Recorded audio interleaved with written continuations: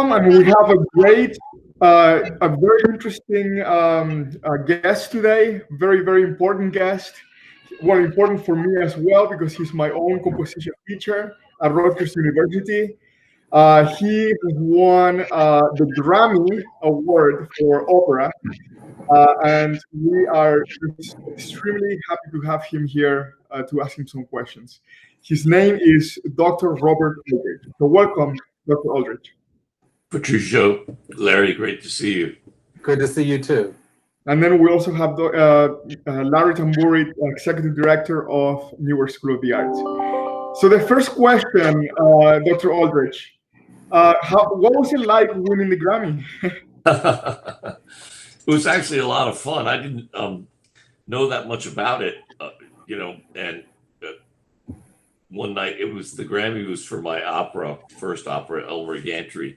And I got a call from my collaborator, Herschel Garfine, who did the libretto for it. And like late one night around Thanksgiving, he said, "Hey, we've been nominated for a Grammy," because what happens is, there are hundreds of people that are nominate themselves or somebody else nominates them. We had a recording put out of Elmer Gantry that was done in 2011. And then it got on the Grammy ballot. And then they narrow it down to 5. Each category narrows down to 5. So it goes from several hundred in each category down to 5. So that's like being nominated is already like a big thing because, and then you go to win one, you have to be chosen from the 5. So it was, I didn't know anything about it. And I joined. It's the National Academy of Recording Arts and Sciences, known as NARAS, and they're the ones that sponsor the Grammy each year.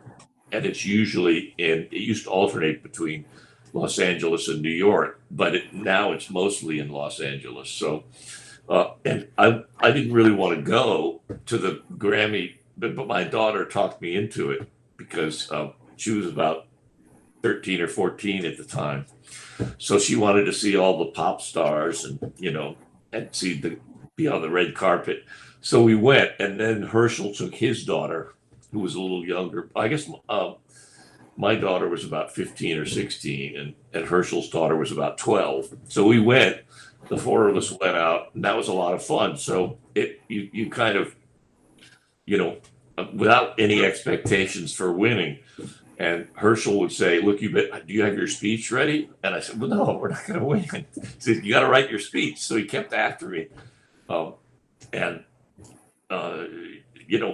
reading names, and, you go to the Grammys for everything but the few pop awards are in the evening. But the majority of the Grammys are given out at night. The afternoon. And that's where, your fellow musicians and producers and everybody goes. So that's a very cool thing because it's not this, loud music playing and whatever. It's a kind of a much more relaxed environment. And the who was the female jazz bass player who's really become prominent? She announced our category, and we, and when she said our names and we had won for Elmer Gantry, my daughter said, "You've won." And I was like, there was that moment of kind of unreality, like, what? And the next thing you know, you're walking up and they hand you a Grammy that's not going to be yours. As soon as you get off stage, they take it away from you. But, it's a kind of a dummy Grammy that they have.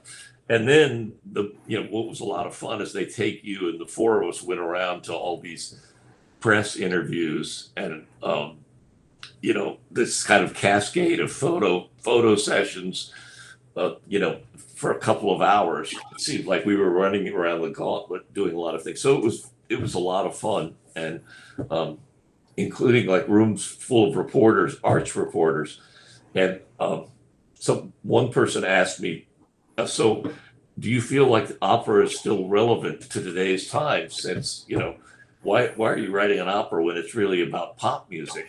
And I said, "Well," so I kind of got a little bit upset, and I said, "Look, opera is the high water mark of civilization. I don't think pop music is the high water mark of civilization, but opera, which combines music, words, design, you know, everything, the voice."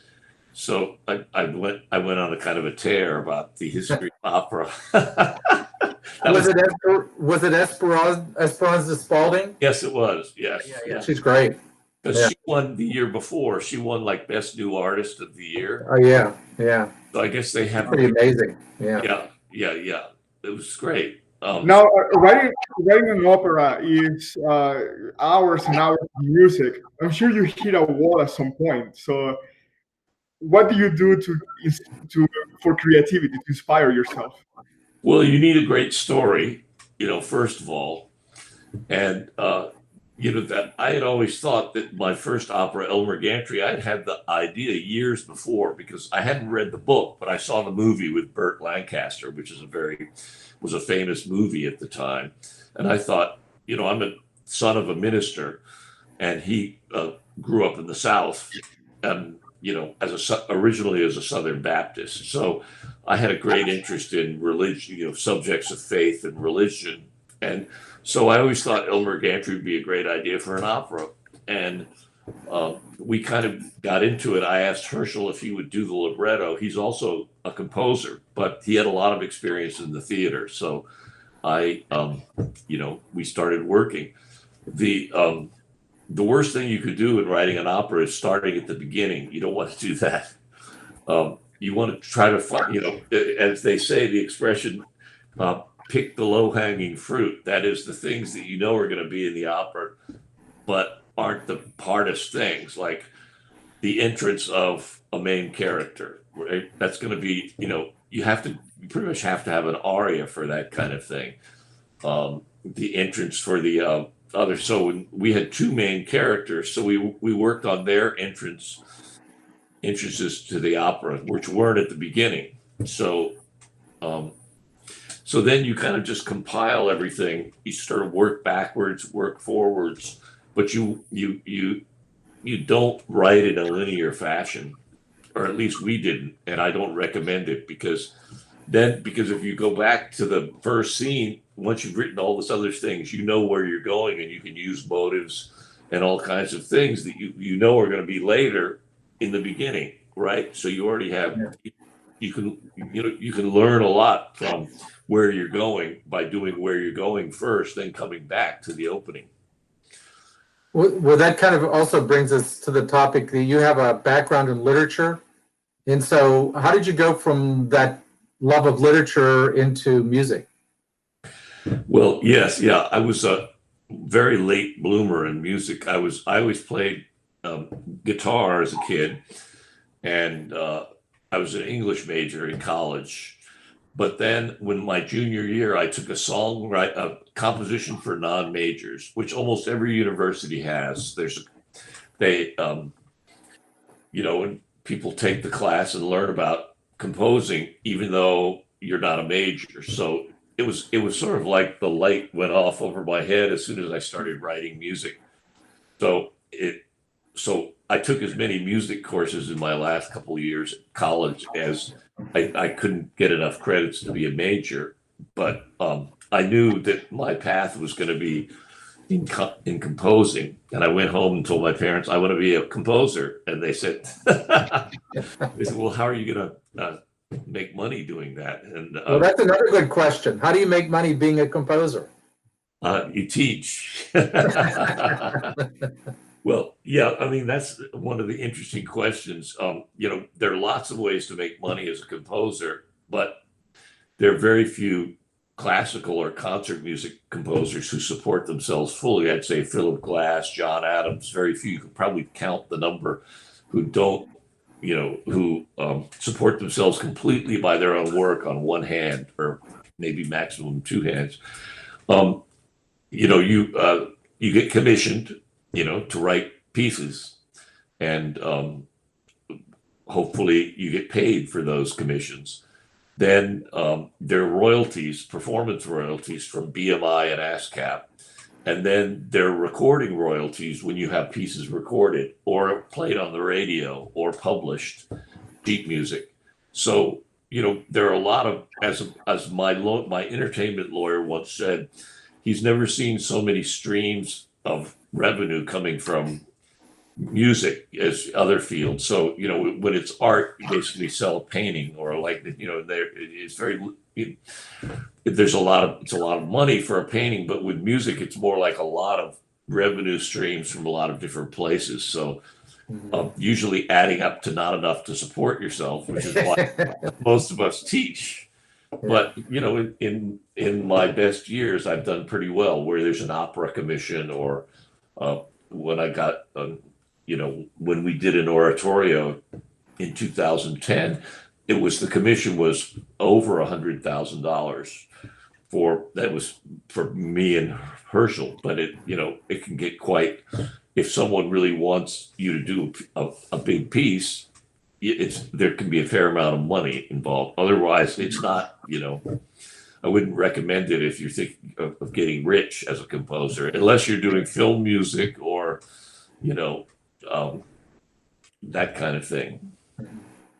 So, has the pandemic affected you as a composer? Yeah, it has. I mean, at first you would think that having all this time and not having to commute down, I live in Montclair, and it's about a 45-minute commute down to New Brunswick at Rutgers University. But you think having all this additional time, you're at home and, you're not going anywhere, and that you would just naturally be inspired to write. But more, I've talked to a number of people that took them a couple of months to kind of get, of being completely, I didn't write anything, from about March and April. And then I did the way that everybody was saying, okay, we're going to write solo pieces because those could be performed, and I didn't want to do that. So I did the most impractical thing that a composer can do at this day and age during the pandemic. I started my first symphony, and that's what got me going. Because I've written operas, I've written oratorios, I've written concertos, I've written overtures, but I've never wrote a symphony. So that was, and that's about the most impractical thing you could do now, because I always tell the composers, most orchestras have go off the model of an overture or a 10-minute, 5 to 10 minute opening piece, a concerto with the a virtuoso that your orchestra can afford, the most your orchestra can afford to play, and then the second half is a warhorse symphony, right? So I tell my students, where do you think you're going to be in that model? You think they're going to give you the second half of a concert? No way, So I've been first on the concert, and I've had concerti played, luckily enough. But the thing is ultimately to be on the second half of the program. That's very hard, because people are coming to hear a Beethoven symphony or a Mahler symphony. They don't necessarily want to hear an Aldridge symphony in the second half. So. Yep. So that's the reality of the business, but I'm very happy. So now I'm working very well, and if impractically on my first symphony, I figure got to do it. No, that's pretty exciting. We could have when you write it, then you could have an Aldridge concert too. Yeah, yes, that's right. Aldridge overture, Aldridge concerto, Aldridge second half. I don't know who would come to that, but you could even put in some arias. Yeah, that's right. So yes, we should plan a concert like that, Yeah.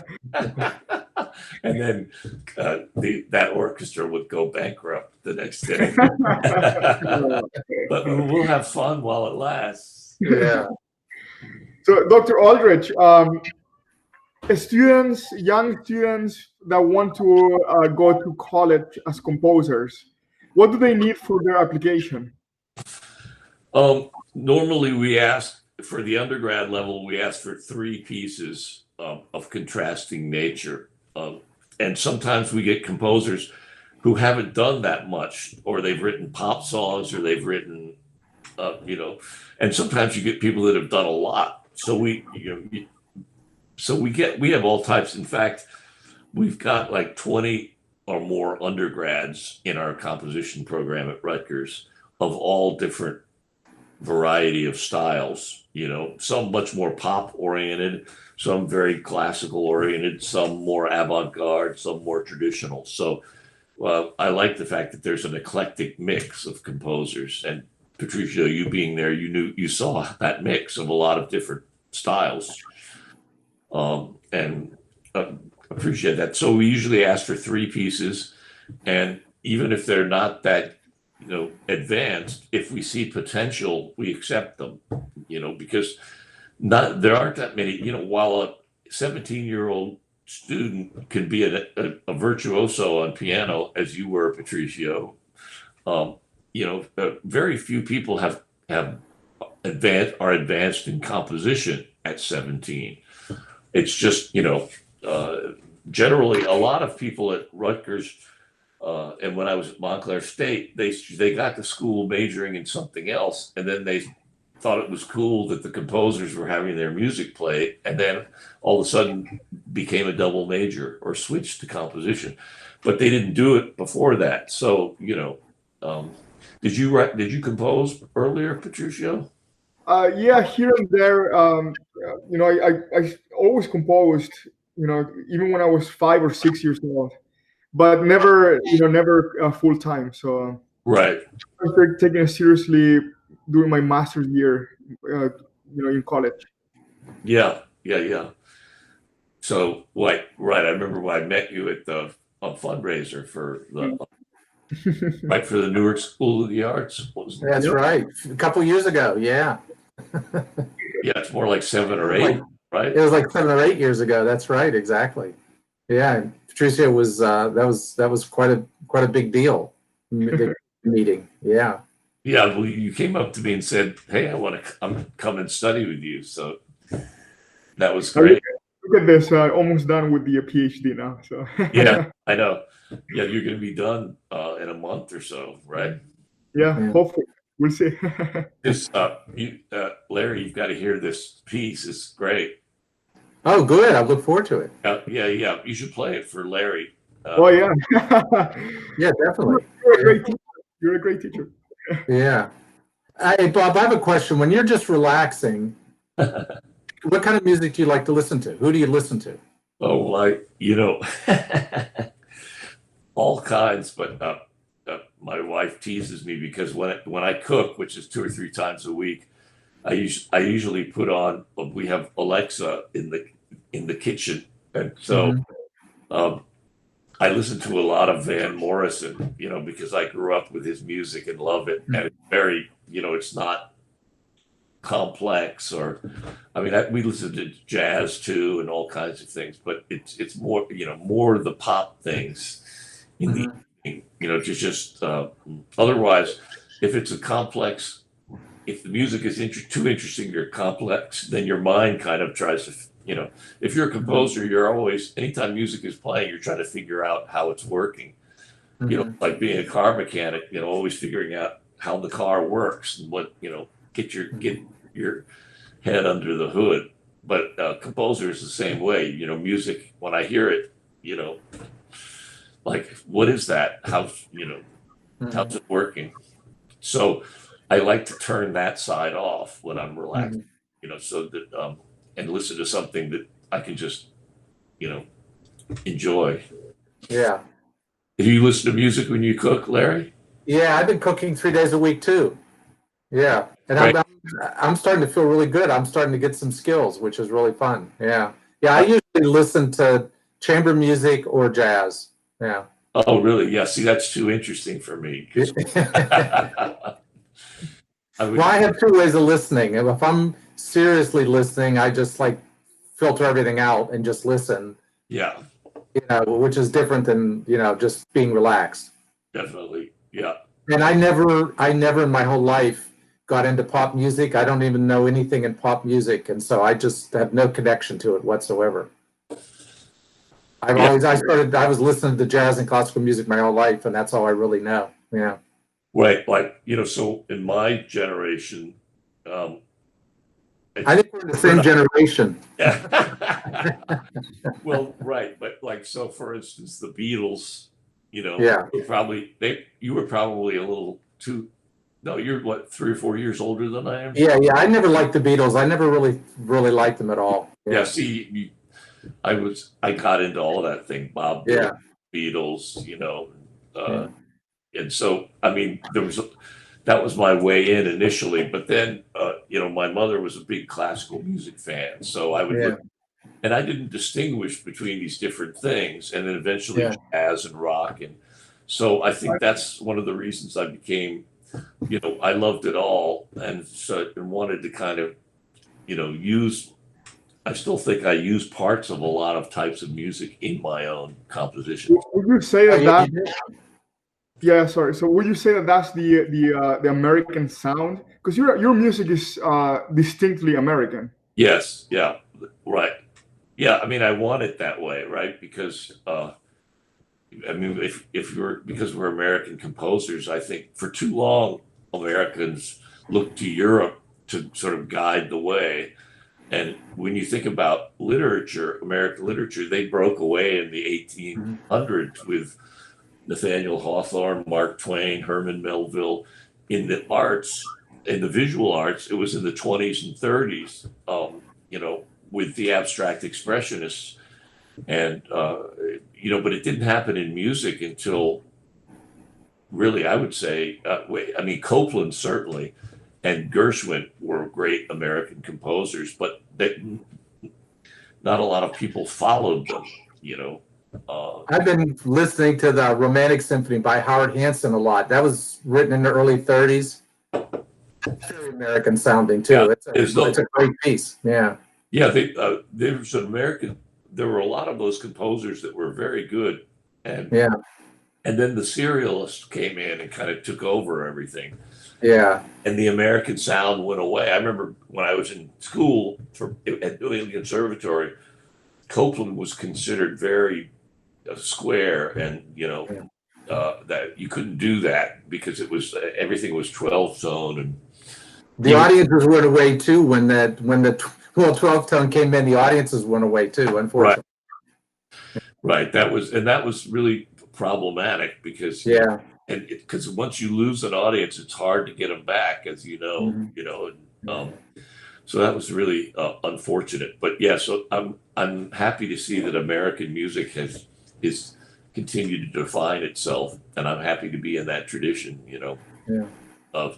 And I don't know what if you say what makes American music, I mean, you'd all have different answers. I mean, I think for me, it's a lot about the rhythm, syncopation, right?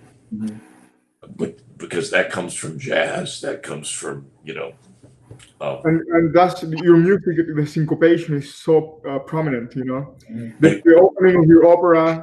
I love the third movement of your piano trio. It's just sometimes the piano has those bass figurations with full of syncopation everywhere, and that makes it sound very American. Yeah. And Patricia has played my music, that trio, which is one of my hardest pieces, most difficult pieces. And Patricia, said, I got a call from my publisher saying, this student wants to perform your trio, and you got the music from Peters, right? Yeah. That was before we really knew each other. And the music is super difficult, but it's satisfying to practice because it's great music. But I remember practicing a lot. Yeah, no, I mean that really. I think I told my representative at Peters, wish him good luck when he said, because it's really hard. So good. Oh, thank you. Any other questions, Harry? No, that's great. This has been really interesting. Yeah. Thank you so much, Dr. Aldridge. It's good to see you too after all these months. Yes, it's good to see you. Yeah. So, just everybody should know that Patricia has gotten a DMA in piano performance from Rutgers and will be getting his PhD in composition. So he'll have both a doctoral of music arts and a PhD in composition. So he's going to be out there very competitive in the job market. And you know what? And that cannot be done alone. You know, I always needed a mentor, and you have been a mentor for all these years. So thank you so much. You've been a great student. If not hardly a student anymore, you've graduated. So very good. Well, thank you for asking me to do this, and you know, I hope the Newark School of the Arts is doing very well. And with certainly Patricia, you're like head of the conservatory right now. Yep. So we Is started. correct. You're CEO, but Patricia is director of the conservatory. Yeah, that's correct. Yeah. Moving up in the world, Patricia. You're gonna have my job. You know. So anyways, thank you. Thank you very much. Yeah. Take care, Bob.